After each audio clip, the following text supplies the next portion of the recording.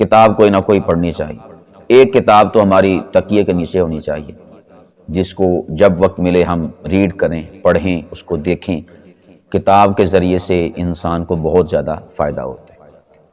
جتنے بھی بڑے بڑے لوگ ہوئے ہیں کسی بھی اعتبار سے، کتاب نے بنیادی کردار ادا کیا ہے ان کی زندگیوں میں، ان کے کردار میں، ان کے رول میں، ان کے معاشروں پر، تہذیبوں پر اور ثقافتوں پر اور اقوام پر، ملتوں پر اثر چھوڑنے کے حوالے سے کتاب نے بڑا اہم کردار ادا کیا ہے۔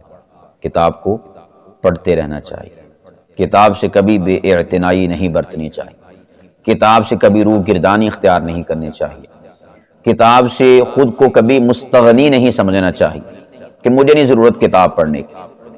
انسان پھر کھوکھلا ہو جاتا ہے جب وہ کتاب کو چھوڑ دیتا ہے۔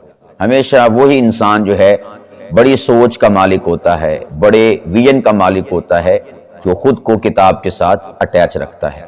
جتنی بڑی بڑی شخصیات ہیں ہمارے نصاب کا، سلیبس کا حصہ ہیں، جن کو ہم پڑھتے ہیں، سب کے سب کتاب سے وابستہ تھی۔ ان کی زندگیاں کتاب سے لبریز تھیں۔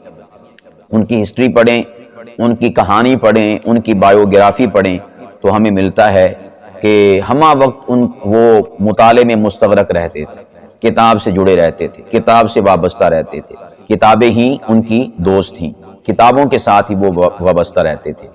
کتاب سے دور رہ کر انسان کہے کہ میں بڑا بن جاؤں، این خیال استو محال استو جنوں، یہ پاگل پن ہو سکتا ہے، حقیقت کے ساتھ اس کا کوئی بھی تعلق نہیں ہے۔ تو کتابیں بھی پڑھنی چاہیے۔